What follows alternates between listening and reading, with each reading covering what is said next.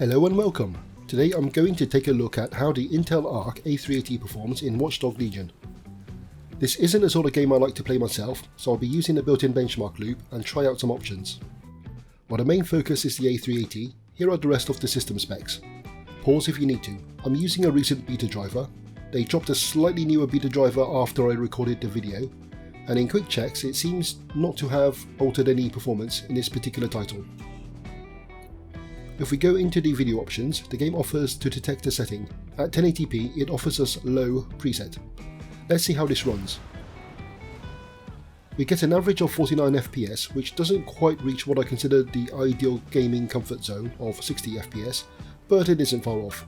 If you have a variable refresh rate display, it might not be too bad. If you can tolerate a lower target like 30 frames a second, we can turn up the graphical settings, or can we? Let's try the high preset. To skip ahead a little, we get an average of 38 frames a second, not too much of a drop.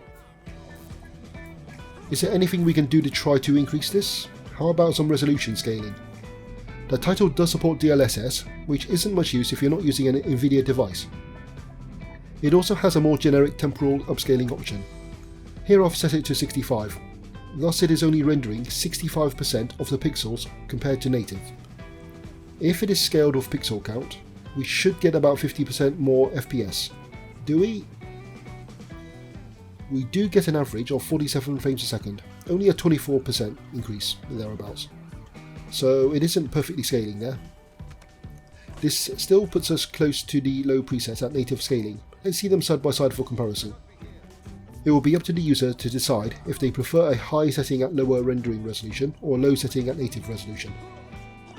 Okay, let's really push it. The A380 does support hardware ray tracing. Can a lower end card like this give a usable ray tracing result? Obviously there will be quite a hit to performance. So on the left here we have the base preset at low with ray tracing at medium. On the right is the same, but I've applied temporal scaling setting of 45. This puts the render resolution close to 720p. This is comparable to the Nintendo Switch screen and slightly lower than the Steam Deck. Overall we get an average of 20 frames a second at native resolution and going up to 31 frames a second at 45% render scale. Again, it will be up to the user to decide if either of these are worth using.